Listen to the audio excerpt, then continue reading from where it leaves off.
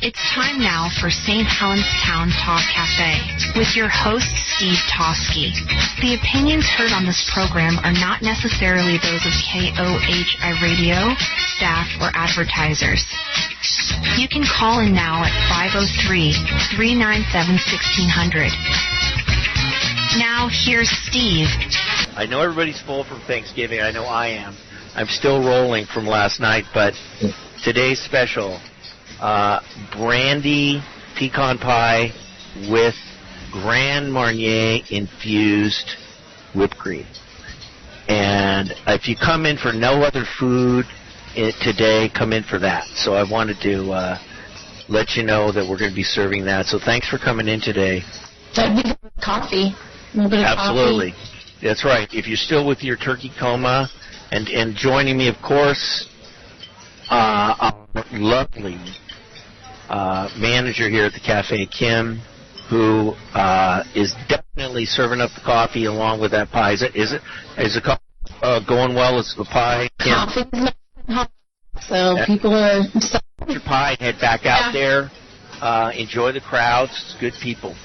So with me also here on my right, had a full meal though, Daryl Perkerson. Daryl, thanks for coming in today.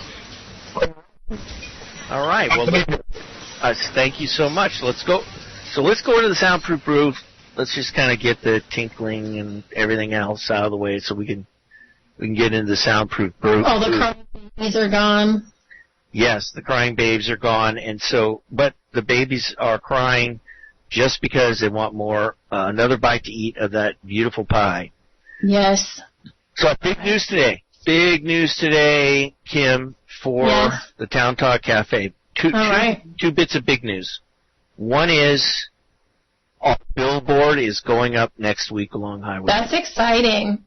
I think it's exciting. A big Steve up on the side of the highway. Yes, and I have on my St. Helens Marina hat. That's cool. And my old fishing coat, my representing old LL Bean fishing coat that has a hole in it.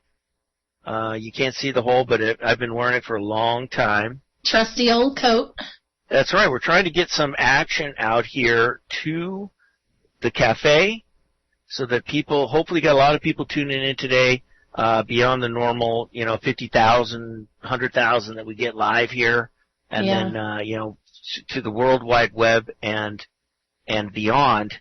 So the billboard's going up next week, exciting. And I can tell you this, I am a little bit, there's one piece of it that I'm a little bit, let's just say, not as happy with as I could be, is that, Kim, your face is not going to be on the billboard, at least this round.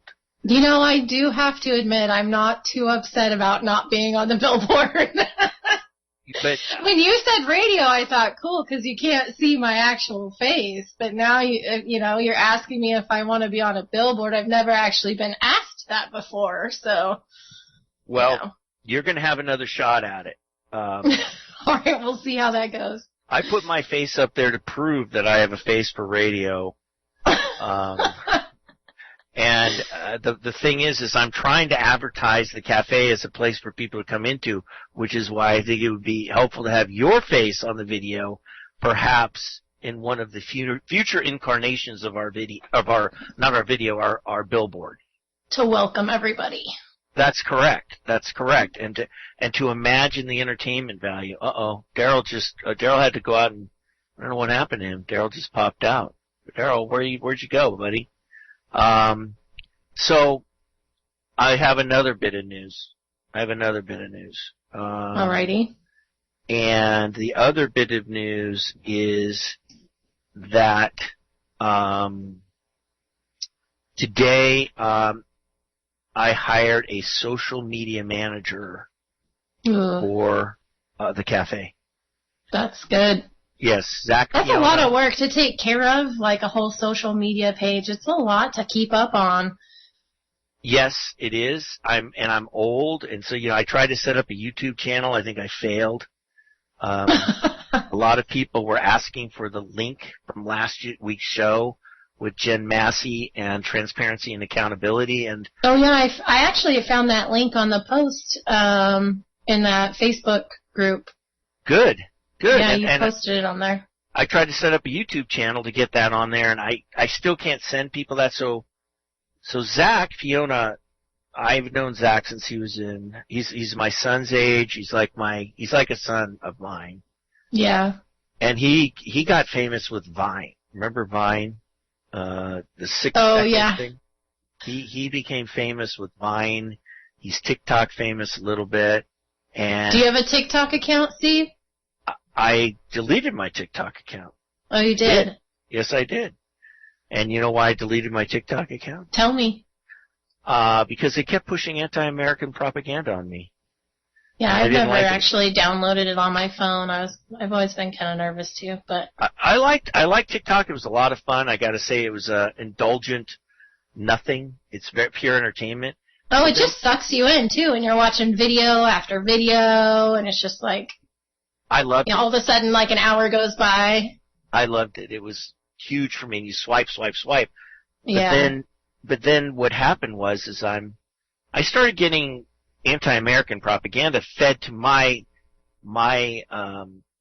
phone, which I am not a huge fan.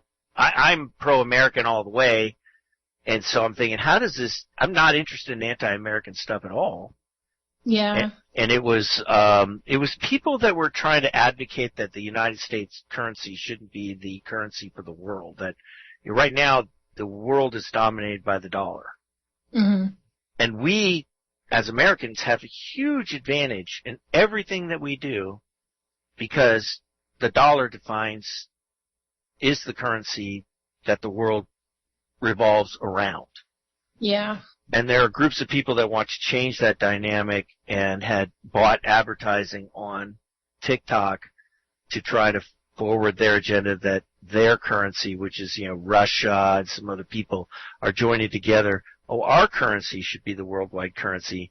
And then you read the comments on that, and it was like comments like, anti-American comments from Americans, by the way.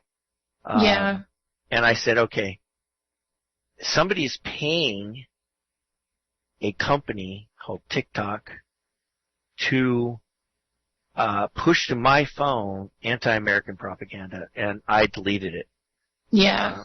I went cold turkey and deleted it, and that was months ago, and I don't regret it. Did you have any withdrawals? No, you don't regret it? No, I didn't regret it a bit. I was already ready to quit anyway. It was a bad habit. It was like smoking or something. There's always like Facebook Reels too, you can just like flip through those super quick. Well, and I do Facebook Reels, and then also my YouTube channel gives me more stuff I'm interested in for entertainment on the shorts. So Zach, though, actually had a lot of following. I mean, people became... Your internet conked out, Daryl. Can you get on your phone? Hold on. I'm trying to reach Daryl. He went out to the parking lot and said, Daryl, you can't go out to the parking lot when you're supposed to be a guest on the cafe. So maybe he had to go move his car for it to go order or something.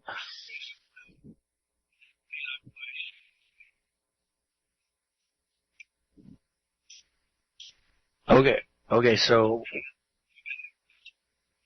link via your phone, turn off your Wi-Fi, link via your phone, and go with cellular data. And then in the meantime, Kim and I are going to riff just so you can get on the radio show, and hopefully you'll get there. In the meantime, Kim and I are going to be riffing. Just hanging out. Thanks. I don't know. I don't want. We got a radio show to hear here. We cannot be listening to. We're gonna have to get Daryl's stuff. So Zach has done Vine, and Zach has done YouTube, and so Zach. Does he do this for like a business? Does he do it for other people, or is it just a friend?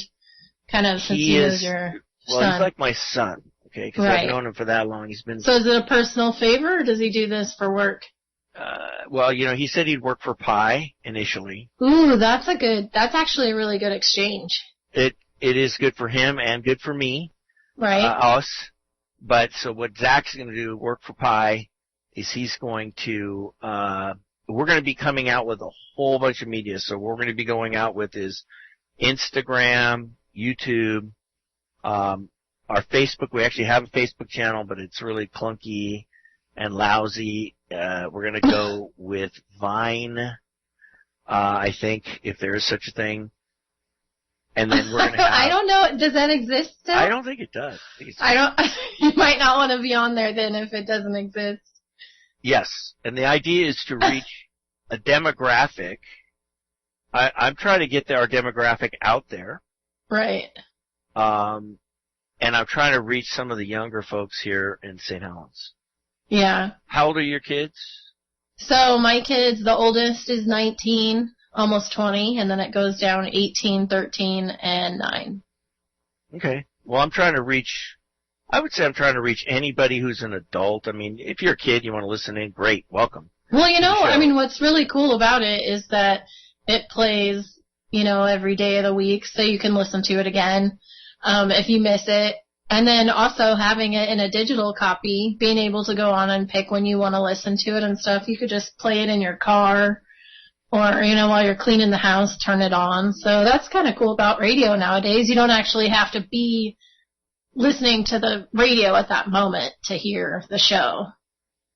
Right, exactly. And so the idea is that to have people, frankly, so right now we've got it to where Kohai is live, right. 4 to 5 p.m., like right now. And then this show will be played 4 to 5 p.m. You can click onto the link and get it there. Yeah. And this is going to enable people to be able to find Town Talk Cafe, go directly there in addition to whatever. It'll make it easier for sure. Yes. Just to have it, being able to play it whenever you want, that's pretty cool that, technology's come a long ways. I want to freshen the demo. The demo, by demo, I mean demographic, meaning. Yeah. I like the idea that we've got adults and people driving around town, but I'm going to see if I can reel in some younger folks, the 19 to 35-year-olds, 19 to 40-year-olds. Maybe we should start finding out what they're looking for, what kind of stuff would keep them interested in a radio show. Because a lot of times, they just listen to Spotify or whatever. They don't actually listen to the physical radio. Okay. Might be kind of tricky. So Daryl, I'm trying to get Daryl to reel in here. Daryl, come back in. If you can't come back into the restaurant for whatever reason, what you need to do is you need to go where you do have phone reception and click on the link that I just sent you with your cellular data, with your Wi-Fi off and your cellular data on, and then you can join us hopefully by Zoom.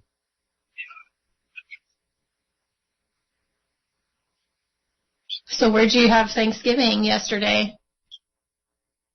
Okay, Daryl, keep working on. If you pop back in, otherwise I'm just going to riff with Ken. Yeah. Where did you have Thanksgiving yesterday, Steve? No, keep trying to get in if you can. We'll do it another time if you don't make it. All right. So I'm in Pleasanton, California right now. Who cooked for you? My wife, Robin, lovely Robin. Of course. Lovely Robin. I know. Thank God for her. We had the traditional Did she make meal. all the classic stuff? Yes, not all of it, because it was really a very small gathering. Yeah. My kids a lot of my kids didn't come this year because they came 2 weeks ago for my dad's 90th, so they wanted to, I guess, kind of do their own thing. So I just spent a lot of time texting people, Happy Thanksgiving. Oh, yeah. And watching football. But I could tell you it was the most delicious meal, incredibly delicious. Isn't it always good, though? Since you can only really have it, once or twice a year, it just always tastes good. I love it. And so let me ask you this question about you. Where did you have Thanksgiving? Well, so I traveled. I'm actually working remotely. I traveled to Prineville to visit. I know you know me as single, Steve, but I've been dating someone for a while, so it might be a little more official because I just met all his family yesterday. But I know. What do they call that in the dating world? Is that a step forward? Is that a milestone? I don't know. Maybe. Yes. I'm not sure. Who is this gentleman, lucky gentleman to be dating? His name is Randy, and he's just a good guy. So, good enough to make me drive 3 hours to visit him, so. tell him, do not dare to take Kim from St. Helens. That's what I say.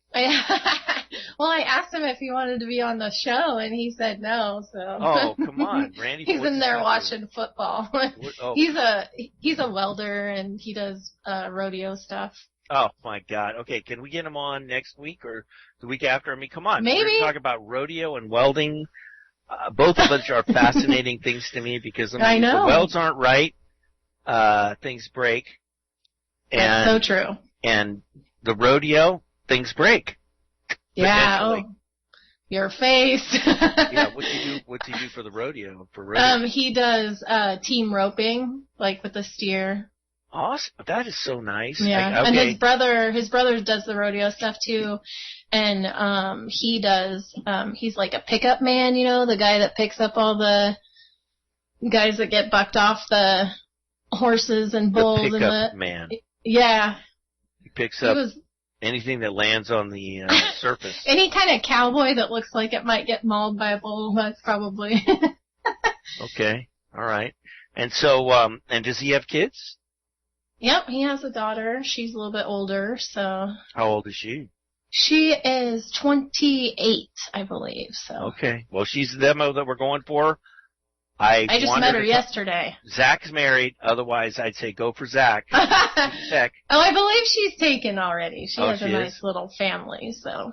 I want that demo though. So we need to be reaching out. Yeah. You know, pie and whipped cream only go so far in this world. That's true. And so we're going to need to be going further than that. So are you in Prineville right now? I am actually. I'll be coming back tomorrow for work. But I know people think we're in the cafe. Sometimes we are, but the soundproof room really extends very far. Well, it's the holidays, so. I think this could be kind of a chat one. So if anybody wants to call in. Oh, that'd be cool. 503-397-1600. Get on the show and go ahead, challenge us with some questions. Or just talk to us about your holidays or like what you did. Maybe. I'm not sure if I'm just going to let somebody get on here and talk. I don't know. Some family drama might be good. Who had family drama? Yeah, exactly. Someone call in with family drama. This will be fun. Call in. I'm not even sure, though, with the Zoom link, if we could do calls. I do not know. Try the best. If you call in and you can't get on with us into the soundproof room, what we will do is we promise that in the future we will call you. That's a good promise. So I also have some other exciting news. Okay. So not only do we have the billboard coming out, and we've got Zach Piona, internet star, to help who's now our social media manager. Right. But we are going to be doing some giveaways. Coming later this year before Christmas probably, and next year there's going to be some stickers that people can have to get out the Kohai Town Talk Cafe word, so people, and then hats. We're going to have hats, and these hats are going to be, we're going to talk about these hats, but these hats are going to be For a Brighter Future St. Helens hats. You should make hoodies. Young people love hoodies. Hoodies? Okay. Yeah. And maybe we'll give out a few hoodies, and then we could have what people have is they have the swag things. Right. On the YouTube. They sell stuff. Hoodies. Yeah. I love that. You could do anything. You could do like keychains or whatever. I love the idea of hoodies. So it's going to be, so there's a logo that's going to go up on our billboard, which is a logo that is associated with my marketing for me, but it means something for St. Helens. I originally started this marketing because I really was trying to bring forward the message of For a Brighter Future. And so this is something that I want people to hopefully grab a hold of because they like it, grab a hold of because it's a positive message, grab a hold of because it means Town Talk Radio, grab a hold of because it means, Steve Toski, but really the message is For a Brighter Future. So I think what I'm going to do is take my name out, instead of, Steve Toski, it's going to either say Town Talk Cafe or St. Helens For a Brighter Future. I like on that cap. Yeah. It's going to be. I think that would be nice. Yeah, so we're going to do some giveaways on the show, and we're going to advertise those giveaways. We're going to test and see if anyone's really listening. Right. Or if it's just me and you talking, and Marty. And Marty. I know. I don't even think Marty. I don't even know if he's here. He might not even be listening. Who knows? You could be on a 5-second delay because we're trying this new YouTube thing. So I do want to talk about something else, since I don't see Daryl coming back, and Daryl will come on in the future. Just so you guys know, Daryl's my neighbor, and he's like 80-something years old. And he has been in he's an old-time St. Helens. And I mean, when I say like his whole life? Like, yes. His whole life. And he's 80. And his family. Raised his family. Beautiful wife, Helen. Yeah. And they live next door to me. And, he's a pharmacist, and he's been a pharmacist over the years. And I really wanted to talk to him about St. Helens in the day. Yeah. And we kind of were talking before we got on here, and then I don't know what happened. His internet conked out. So that's a bummer, because we were kind of chatting before we went on air, and he had some interesting stuff to say. So I hope he comes back. I hope he does too. So, but if he doesn't, I wanted to talk about. I said I didn't want this to be too political, but I would say it's not political. What I want to talk about is something really exciting for those that are tuned in, and that is our city's budget, concerns about our city's budget. Are you aware at all of any of the breaking news on the city's budget? No, I have not really been paying attention, I'll be honest. And for those of you, listening out there in internet land, this is the city of St. Helens, the Diamond by the Sea. Diamond by the River. Does our city have some kind of, I think Pleasanton, it's a city of planned progress? Do we have some kind of saying for our city? I don't know. I was trying to think if any of our little, welcome to St. Helens signs say anything, but I don't think they do, because I can only picture, the one at the beginning with, the Lewis and Clark Trail. I don't know if there's a saying. You should probably know this. You think I should, but you know what? I've been working so hard just trying to make the pecan pie. And that whipped cream took up all your time with the Grand Marnier. It's a delicate process. And I could say this, that, okay, what has occurred in St. Helens, just to get people familiar with our situation, is that our budget director, finance director, Gloria Bush, very nice lady who has brought a lot of clarity to the budget process, has put out a budget that she's predicting that, first of all, we had $500,000 left in one bank, $500,000 less in one bank account than we thought we had. That's quite a bit. That is quite a bit. I mean, if you think you have $1.8 million in the bank, and you really have $1.3 million in the bank, I mean, to me, that's what happened? Who's watching that bank account? Who is watching that? And how did we think? Because doesn't somebody balance that bank account? How do they not know that it's that far off? Those are very good questions, and I think those are answers that we should be entitled to. But I don't want to pick on the mayor too much. But is there a committee that runs that, or is it just one person? What is? Okay, so let's talk about where we're at in our process. It's called a budget committee, and how St. Helens has been running is this: our budget committee, which is 5 citizens and then the 5 city council members. So there's 10 people on the budget committee. Okay. The role of the budget committee is supposed to be to study the budget, to ask questions, and then to come up with a budget for the year. So they plan everything together. Correct. Come up with forecasting, stuff like that. So I started to get interested in the city's budget in 2021. I was not on the budget committee. I was on the planning commission then. Or was I? Yeah, I think I was. Yes, 2021, or did I start 2022? I'm not sure. I know I was on the Planning Commission all of 2022. So the budget, but I became interested in the budgeting process, not super intensely, but in a more superficial. Just wondering. Well, looking at the budget, Yeah. asking questions, and then I had a lot of questions in 2021, which maybe I'll get to. Daryl's back. Yeah, Daryl's back. I had to restart everything. You did. Oh, it's good All to right, have you so back. I'm going to dive right in with you, Daryl, since you've here.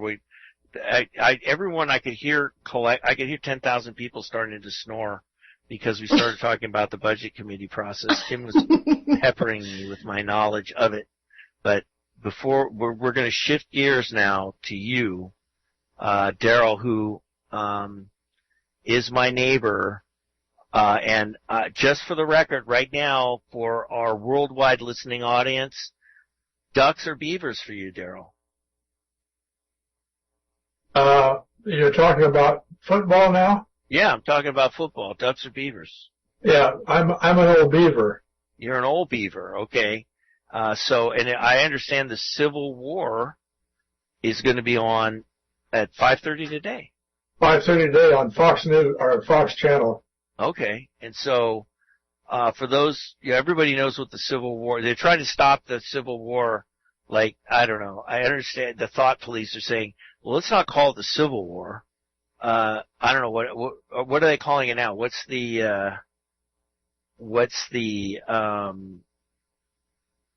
a Kohai is going to be broadcasting it. That's what Marty's reminding me. Ooh, that's Yes, cool. we will be broadcasting live the Civil War. So is there a different woke term or something for the Civil War that now we're supposed to be using rather than the Civil War? Daryl, do you know what that is? No, they keep talking about changing it, but no one has come to a conclusion on what they're going to call it. Yeah, the battle for the pond. I don't know, the beavers versus the ducks. The battle for the pond. Well, since the Pac-12 is all messed up, it's going to be interesting to see what happens the next year or so. Will they even play each other? That's the question. Well, that's the whole thing, and that's what they're concerned about. Same with Washington State, and that's a big concern too. So it's going to be interesting to see what happens in the next year or a couple of years or whatever time it takes. All those people that are just interested in money are ruining everything. That's exactly what the problem is pennies and dimes. Yeah, if it doesn't make us a nickel, we gotta, ruin something fun. To me, it's something, how come the Civil War though, let's say Washington State, rivalry, right? And we have rivalries with all those teams in Washington. Oregon colleges have Washington rivalries, which are defining for our states and our people. Oh, yeah. And how is it that these money interests can be so controlling? Long before there's a hell of a lot of money being done on these things, you had basically Oregon State saying, we're going to have a football game. Yeah, it's all based on money now because even the players, can go out and get money, and then they can also switch teams every year or so where they want to. They can go from one school to the next school to the next school, and the recruiting is just strange as all get out now. And so like one player will play for 1 year at one college, and then if he doesn't like that, he can go to another college, and so it's Well, as an old timer here, not as old as you, Daryl, but as an old timer, I say, oh, maybe we lost our way. And Kim, as a younger mother, you got some young kids going on, or teenagers or whatever. What do you think about this? How do we instill the kind of traditional values when the commercial interests want to snatch them away? How are you dealing with that? It's so hard to do because, like, even like with COVID happening, it kind of forced, like, I had 2 in high school when it was going on, and it kind of forced them to be more part of, having relationships with their friends online rather than interacting with them in person.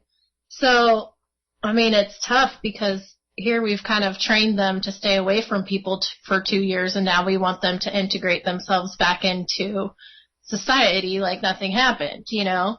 And I think for all the kids that were forced to be on Zoom and in school, you know, that was tough. So I think it's just, you know, it's definitely changed over the years. You know, they face challenges. Any of your kids going to go to Oregon or Oregon State? I'm not sure yet. They're both going to PCC right now. They're just doing like online college, trying to get some of their standard courses out of the way. But my daughter was talking about going to a 4-year after she gets done with community college. So, our kids have lots of friends that did that. Yeah. And it's a great. Well, path. They just don't. Neither of them really know what to do right now. You know, they're trying to still figure out what direction in life they want to go. But you know, we should have a show to advise people where young people should go, because then give them options. To hit the demo. Yeah.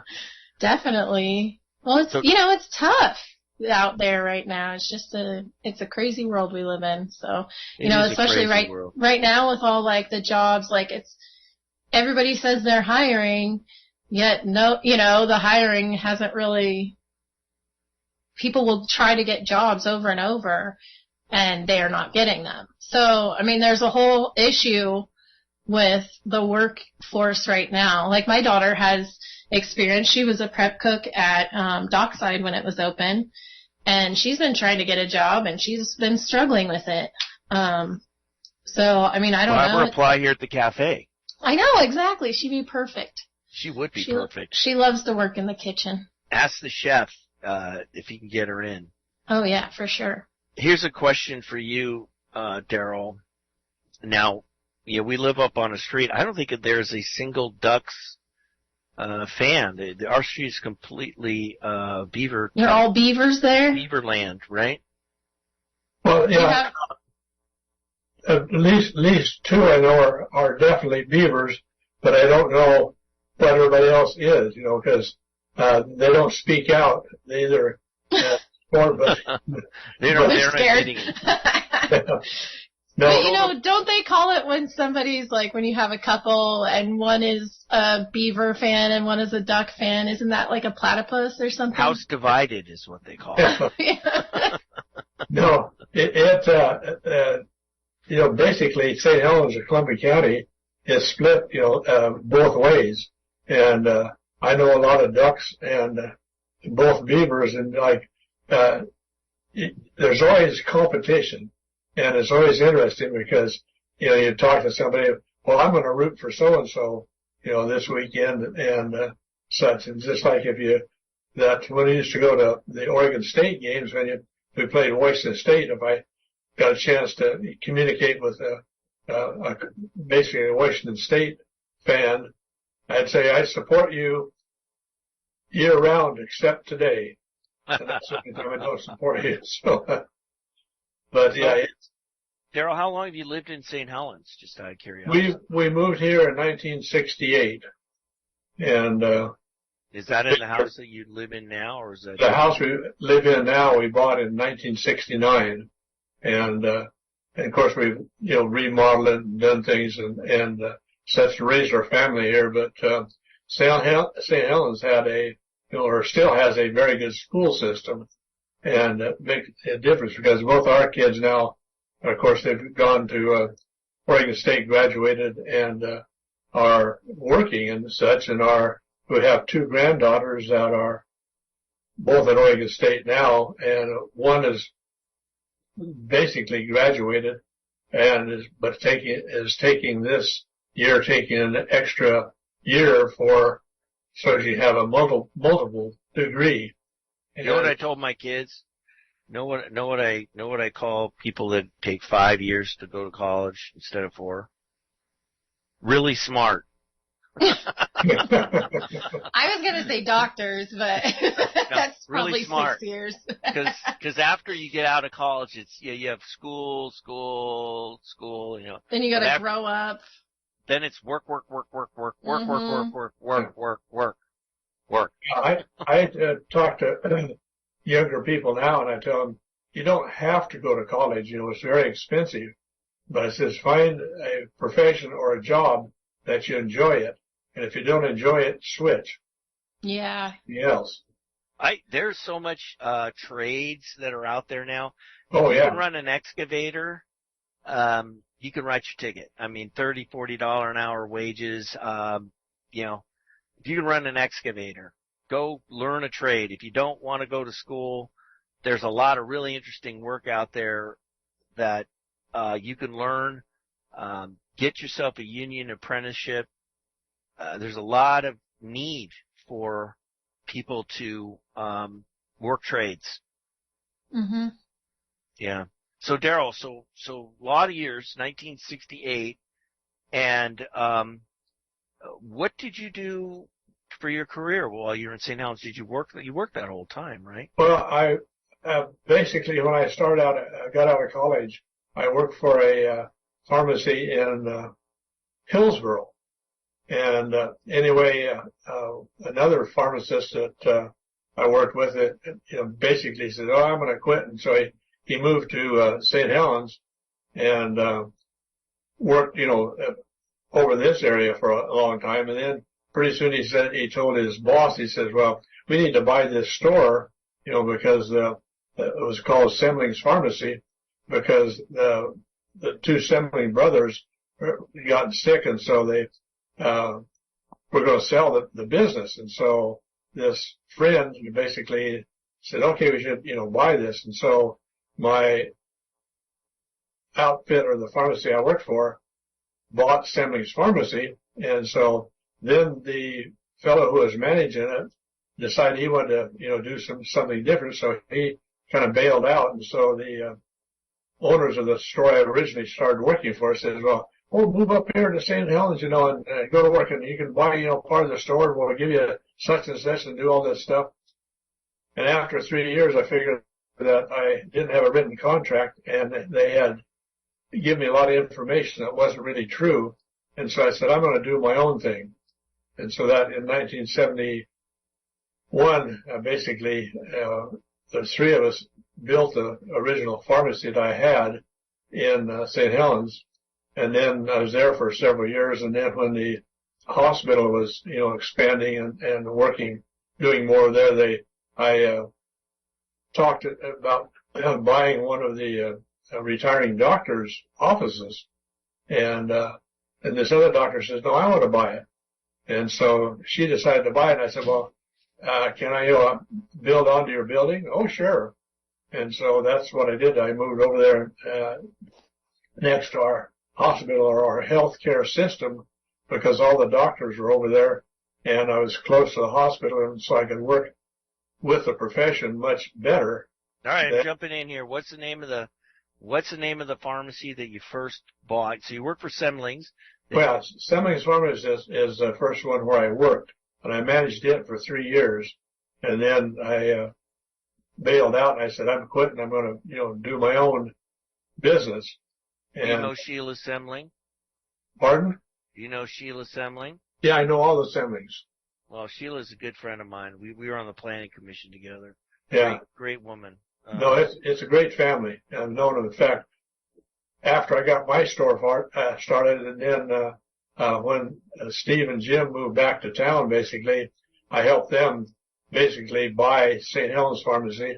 They turned it back into Semling's Pharmacy, and ran it for several years. And I was good friends with them, and basically got them started. And then when I semi-retired, I said, "Okay, I'm going to keep my license." And I said, "If you guys get sick or something like that, let me know, and I can, work for you or whatever." And so, what was the name of the pharmacies that you worked for in St. Helens? St. Helens Pharmacy was the one that the one I worked for in Hillsboro was Economy Drug. Okay, but this is St. Helens show, so I'm just trying to stick to St. Helens, Yeah, well, St. Helens Pharmacy. St. Helens Pharmacy, which then is the building still a pharmacy now? Oh no, it's basically they put games. Oh, I can't think of the video game place. Video games on Columbia Boulevard. Yeah, and then now that's closed, and so I don't know what's going to happen on that. Is that the place with the gym, or is it just empty? Yeah, Okay, so this kind of brings me to one of the things I want to talk to you about as an old timer. So you raised your family here. Your kids went to school in St. Helens, and you made a living being a pharmacist and managing pharmacies, right? Yes. And so this isn't kind of, for those of you, I mean, I kind of want to make sure we keep this thing moving along, but the pharmacist's job is to not only fill the prescription carefully, but also to make sure whatever the person's getting isn't going to interact with something and cause a problem, right? Yes. And so that's a part of the pharmacist's role, is to understand pharmacology. That's what I want to say, pharmacology. Am I right there? Is that? Yes. And say, okay, all right. And so I want to talk about, so you raised your family. So your kids born and raised in St. Helens? No, our son was born in Hillsboro, and our daughter was born in Eugene, Oregon. I was born and raised in Junction City, Oregon, and basically that after I, basically quit the store in Hillsboro. All right, I'm cutting you off again. So did your kids go to high school in St. Helens? Yes, they did. All right, what year did they graduate? Good question. They pay me to ask good questions here. Yeah, I have to figure out what year they. How old are they? One just turned, or in fact, it's tomorrow's birthday, and he was born in 1965, so he'll be 58. All right. Is he the oldest? He's the oldest. All right. Our daughter is 2 years younger, and she lives in Seattle. So one of the things I want to talk about is, as a newer person to St. Helens, I married Robin, who graduated St. Helens High School class 81, born and raised, okay? Yeah. And, I was like 28 years old, and so I've been kind of in and out of St. Helens for a very long time, because we always came here and visited. And we recently moved back here. Robin moved back here. I moved with her. And some of the things that we want to talk about is kind of, she describes for me how the economic energy was in this city. And how was it, back in the 80s, the 70s, when you were working downtown? What was the economic energy, would you say, in St. Helens? Well, basically we had, the paper industry, the Boise Cascade, and we still had some, lumber, business going.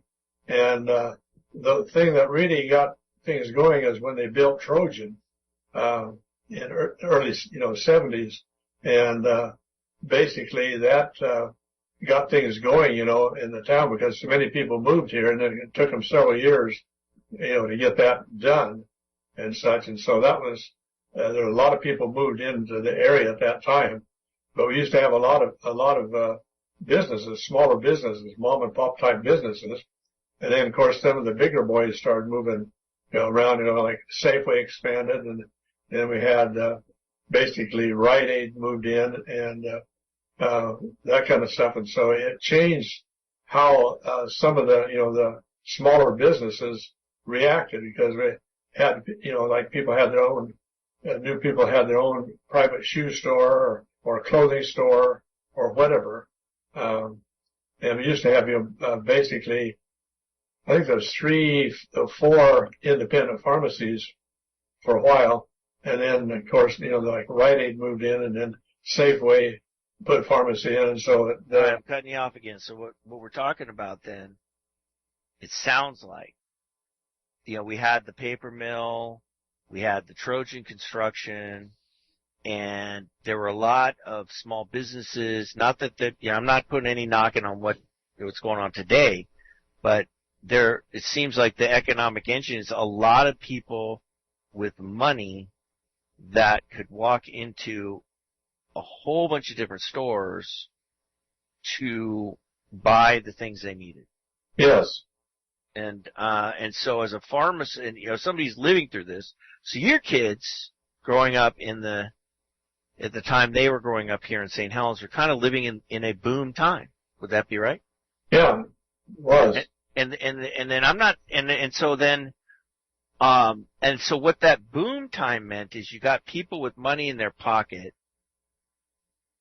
to come into stores and spend that money. So was there a shoe store, like, for example, just somebody walk in, a shoe store just dedicated to shoes? Yeah, another thing that made that, that kind of helped the whole population here in Columbia County is when they widened Highway 30 and made it a 4-lane road, and so basically like Scappoose was a kind of a bedroom town to Portland. Majority of the people there worked in Portland, and then people from St. Helens also could commute into Portland and such. And so another thing that happened that kind of put a kink in the economy was when Boise switched for their healthcare system to Kaiser Foundation, and so it took the healthcare that the local hospital and clinic was surviving on, kind of wiped that out. Then, of course, got Boise leaving at some point.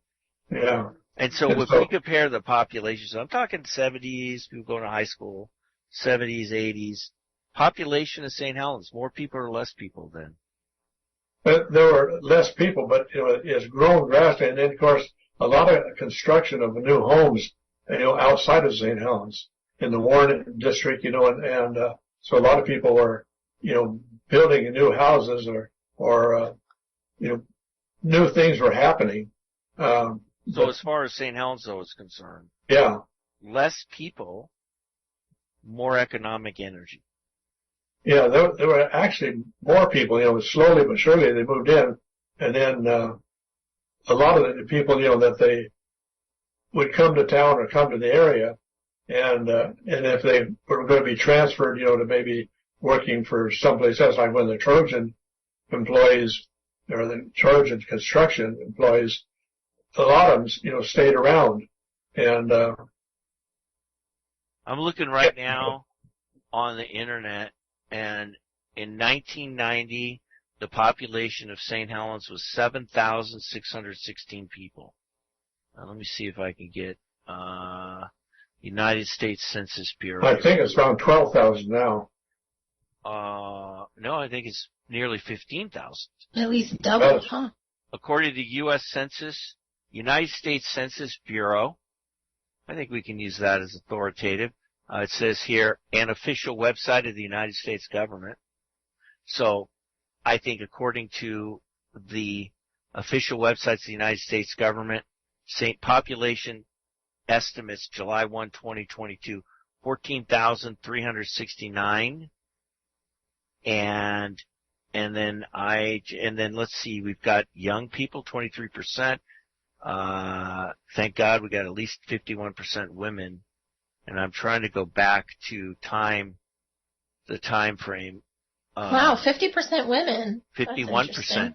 Wow. Thank goodness, as a man, I'm happy about that figure. We're outnumbering. Not that I'm looking, but still. For those that are.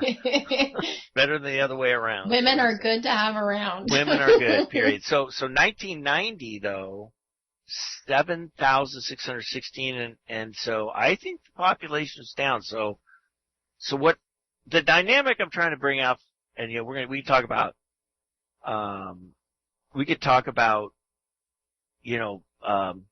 a lot of things about St. Helens. I'm going to have you back on the show. We got 6-7 more minutes left. I think there's a lot of people that are moving here from like Portland. Yes, definitely. Well, people say they don't like that. We don't want people that move here. But the thing is like, working in a restaurant, you get all sorts of people in there, and there's so many people that are moving here that are great people that can contribute to our community too, whether they've lived here their whole life or not. I've met some really great people that have just moved here that have become regulars because they're awesome people, so they support our businesses. It doesn't matter how long they've lived here. They still support us in one way or another. That's what I hear though in town. I think Are you from here? If you're not from here, Yeah. don't come here. And like, I feel like we should embrace whoever is living in our community. You know, whatever brings people here from out of town, whatever brings people here from Portland. Maybe they don't like living in Portland just like all of us, you know? So it's just, you know, I think that we need to kind of embrace the younger community that is moving here. I agree. I think that look, I'm newer to St. Helens, okay? My wife, we decided to return. She decided, I said, I was the one that wanted to go there, come back here. And, right. she had moved to California. We were here. I said, look, I want to get out of the suburbs. Let's move to St. Helens. I love it there. I know. So, like, I mean, a lot of people, if they come to St. Helens, they automatically think, oh, this is a great place. Like, I would love to raise my kids here. I would love to, you know, establish buying a house here. There's a lot of people that come to St. Helens for that specific reason. And to just immediately count them off as like, oh, they haven't lived here their whole life. Our community is a friendly community. I don't like it really is. That our community is one that people stand in the line at the grocery store and talk, whether they know each other or not. Like, that's right. It's a very welcoming community. And I think that's the attraction. Having like the 13 nights where anybody can come together and go dance on the, you know, on the dance floor down by the river. My old timer Daryl here, because I don't even want to say how old you are, Daryl. Daryl's a wonderful neighbor, first of all. He's a guy who will do anything for anybody in the neighborhood. A fantastic neighbor. One of the salt of the earth guys. I want people to know that. He wouldn't say that about himself, but I could tell you from living next to him, he's that kind of guy. So Daryl, just somebody who's been around a long time. Long before I have. I was out of town. I didn't see this kind of stuff. Would it be fair to say what you've seen from your own experience is less people, more economic energy? And that's because there was a lot more people that, even though there was less people, there was a lot more expendable income potentially available. What do you think about that? Well, basically, I can say that we've become kind of a bedroom town to Portland because we don't have that much interest. We still have like Dino Noble out in Deer Island and so such. It's a problem going to Portland. What if we get people working in town here? What if we don't what if we get people working from town there? We say bedroom community of Portland, so that's people community of Portland. You can work from town. In fact, a lot of people since the COVID has come around are working basically from working on their job basically on a computer in town or at home. What if we get there's a lot more remote jobs now. Yeah. What if we get 200 more people into town that have remote jobs? Is that a good thing? And these are good paying jobs, by the way. They're, very, very substantial, high paying jobs because they're the kind of companies that can, hire people that, can work anywhere. What do you think of that? Would that be something good for our city to have 200 families? It's a good idea, because people, if they live in town, they're going to utilize, basically the businesses that are in town, except, if they accept, there's more online shopping now than there has been in history, I think. But, the thing is that, the new construction we have on new apartments and such in town, a lot of it is indicated, for lower income individuals. Not all of it, but which is kind of bad, but because the people that don't have enough to survive on, that have to, have assistance, is I don't know what the percentage is growing, but a lot of the residents are concerned about, that there's going to be more people wanting extra help from the government or whatever, and so we don't know what's going to happen. We don't have the economic. No, I welcome all our new neighbors and let's welcome them. But I think as we develop, we need to start thinking about the other side of the coin. We've done a great job of getting some folks some help that need help, but what I'm trying to talk to you about is, let's get some folks in town now. We need to prioritize. What do you think about prioritizing folks that move to town here that don't need any economic assistance? As a matter of fact, they're an economic driver. They are. What do you think about that? Well, I think we are getting some people, like I say, in new home construction, in the area. Okay, guess what? We're about to go out. I'm going to pick this up with you later, Daryl. I hate to tell you, the time has flown by, and we had some technical difficulties, so I got to go, though. It's only an hour. So we will be back next week, and Daryl, I'm going to bring you back on. So thank you for coming. I wish we had more time. If I'm still awake next week. You've been listening to the St. Helens Town Talk Cafe with Steve Toski. Address your comments to kohi.radio@gmail.com and listen again at 4 o'clock Monday through Friday for St. Helens Town Talk Cafe here on KOHI.